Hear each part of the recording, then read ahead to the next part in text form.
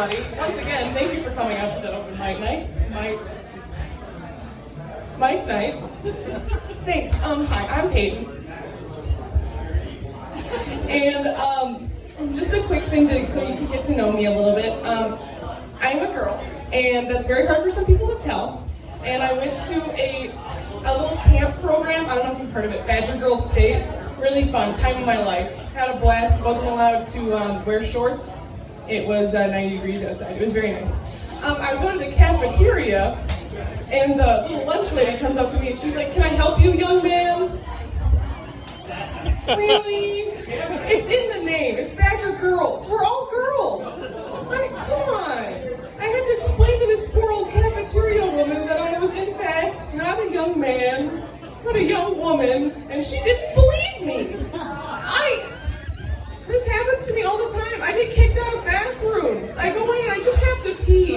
And women are like, "Get out of here." I'm like, "Ma'am, I'll just wait outside until you leave, and then I'll go in. Because I don't want to be judged when you're washing your hands." Like, come on. And it's even better when I used to work at Papa Murphy's. Yeah, that was the time of my life. And everyone would come in and they'd be like, "Excuse me, sir." I'm like, "I don't want to correct you because I'm not going to see you again, but all my coworkers are now looking at me expecting me to say something, but I'm not going to. I have social anxiety. I'm not going to correct it. I'm just going to be like, I'm boy, here's your pizza." And I'll just let them live with that. It's fine. Fantastic times for everyone involved.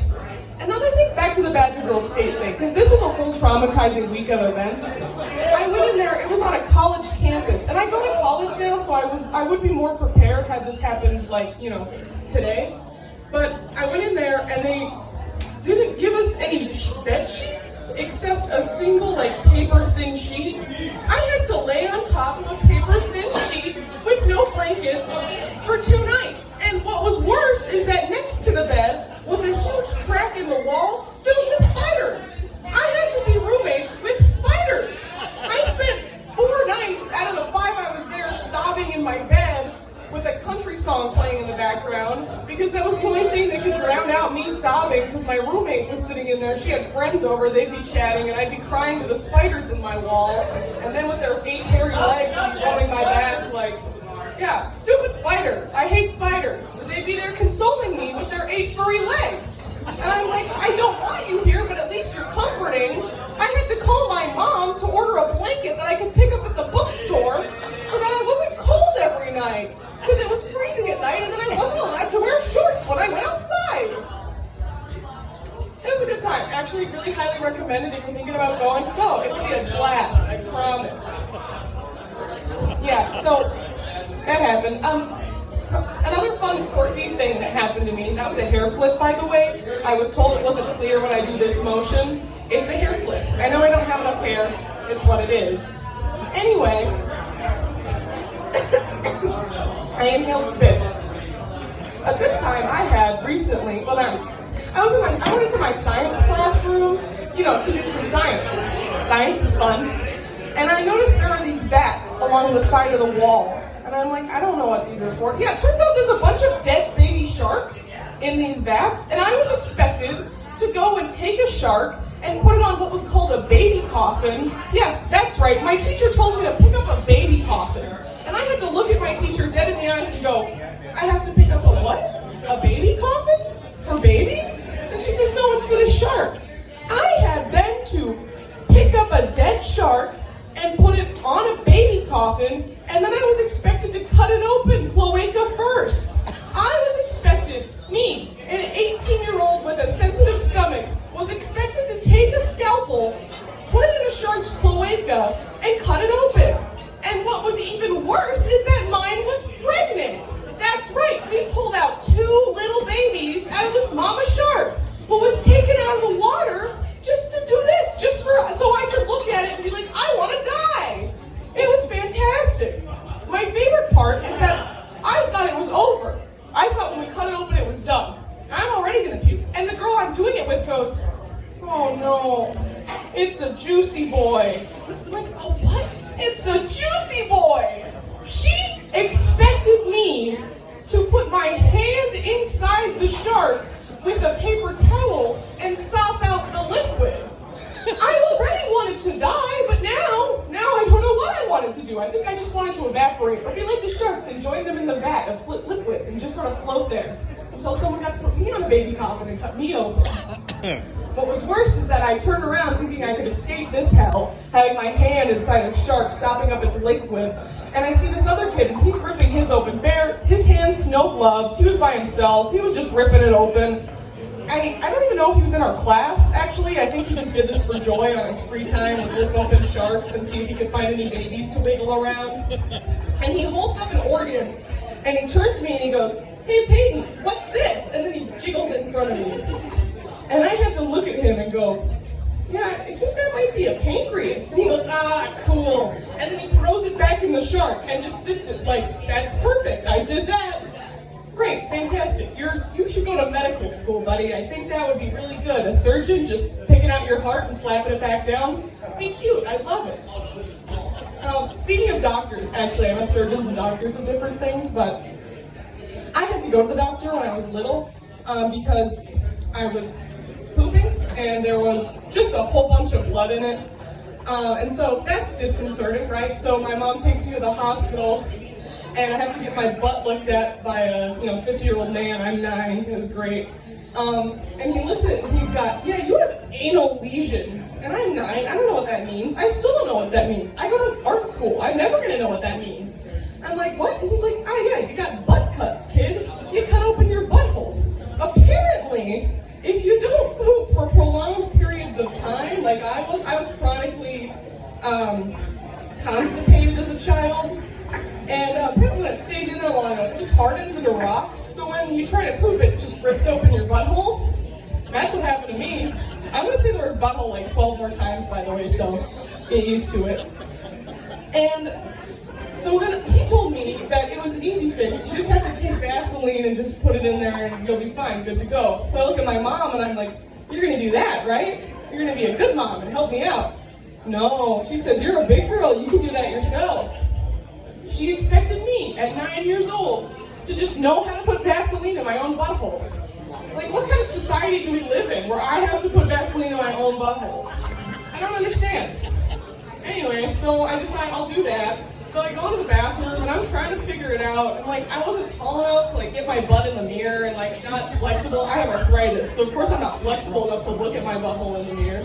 And I say, "You know what? I got it. I'll just put the tube all the way in my butt and I'll just squeeze it like that." And that's exactly what I did. I don't know if you've ever seen Barbies, where their legs are just like not really connected and they just sort of do that. That's what it felt like. No friction, just woo! So that was great. I thought it was over. I set the Vaseline down on the counter and just went about my day. Like a week later, my little brother Cameron comes into my room and he's like, "Hey, my lips are chapped. I need Vaseline. Do you have any?" And I'm like, "Yeah, there's some on the counter." He takes it, he applies it, and I'm like, "Oh, that." Yeah, it was in my butthole, but that's okay. He didn't know about it until like a month ago when I told this story to some other people, and sorry. That's oopsie daisies, what can I do? Sometimes you just got butt Vaseline on you, and that's just how it be. So, good times all around, I gotta say. More recently, a good time that I had, because I'm just going to keep talking until someone takes this from me, I suppose. And a fun time I went to my first and probably only frat party, which was great. Had the time of my life. I'm not allowed to say frat, my dad gets mad, but I'm going to say it anyway. Sorry. Hope you get anal lesions. I went into my frat party. Yeah, it was 9 o'clock at night. There are 5 of us stuffed into like a 3-person car, I want to say. Just driving around trying to find the place because they wouldn't give us an address because it was a secret party. You had to invite only. Yeah, we had to go through the back door, and the place, it was dark and cold, and it was in a basement. And I look in the corner, and there's just the saddest looking little kid just sitting behind what was essentially a lemonade stand. with a little taped on sign that said $2 for a drink. We have a Venmo, and the little Venmo was scrawled on there. This little kid, who looked like he was 12 by the way, he wanted me to go up to him and be like, yeah, can I Venmo you $2 for what is essentially nail polish remover and Kool-Aid?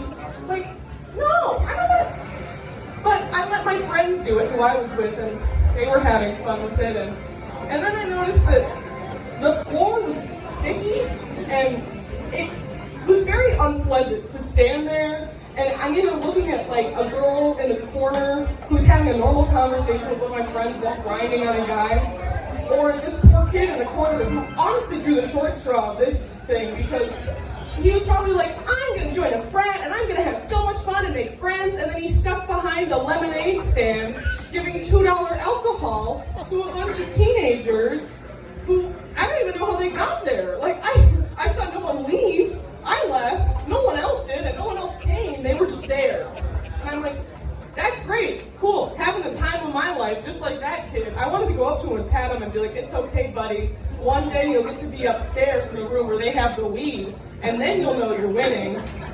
Because other than that, and they had this little, like, even the other guys in the frat didn't want to be down there. They had a hole in the stairs where it went down in the room where they had all the party stuff. They had a hole cut into the wall where they could slide him new alcohol. Like, they didn't even want their faces to be shown down. They didn't want us, the party goers, to be like, that guy's in this frat? He's responsible for this 99-cent alcohol that he's serving us? It was just the poor blonde kid in the corner who I think he was crying for part of it because I looked over at one point and he was just sort of Blair Witch staring at the wall. And I was like, he's trying to convince himself that he's worth something. And I'm so sorry. I really wanted to go up to him and just pat him and be like, dude, it'll get better. It will, I promise. But it won't. He knows it won't. He'll be down there forever. I think he's a prisoner, actually. I think he was chained to the floor, because that was the only... If I was in his situation, and they were like, you can either be upstairs with the cool kids, where you have to pay $5 to enter, or you could be downstairs where it's free, but it's $2 for alcohol. We have Venmo. I'd be like, no, I'm going upstairs. But they got him to go down. I don't think he's coming back up. R.I.P. I got one more. I noticed, because I go to school in Chicago, and I noticed something really interesting about Chicago comedians. Like, here it's nice, people come up and they say hi, thank you, and then they start their thing. But when you're in Chicago listening to people do like stand-up or whatever, they start it one of two ways. It's either, I recently got broken up with, or I do a lot of cocaine. And I haven't done either of those things, and like, maybe that makes me like weird and quirky that like I don't go out and like do 5 lines on a weekend or like have a streak of breakups, because some of these guys that go up and do it, every week they say, I recently got broken up with, and I'm like, okay, if you go on one date with a girl on Tinder and she says I don't want to see you anymore, it's not breaking up. It doesn't count. But they don't know that. I don't want to break their little hearts. I'll just be like, it's okay, buddy, you can keep being broken up with, I'm sorry. And I thought like, okay, maybe it's just, they're just doing it for show. And I talked to a girl in my comedy class, and she was like, oh, I went to a music festival this weekend, and I was gonna be like, oh, that sounds fun, like, you know, like I was gonna ask her questions about it. She goes, don't ask me anything, I don't remember. I did 5 lines of coke in the bathroom before it started, so it's just a blur. I'm like, that's cool, so it is true. So when the people are like, I do cocaine, it's like, it's not like a haha, it's no, you do. Great, so that makes me an outlier. Another reason I'm an outlier is because when people ask, like, when people say stuff like, I was born in the wrong generation, I think my problem is not that I was born in the wrong generation, but just, I was born. Anyway, I'm Peyton Zignego. Thank you so much for coming out. I forgot, Peyton. We still got plenty of time for stand-up.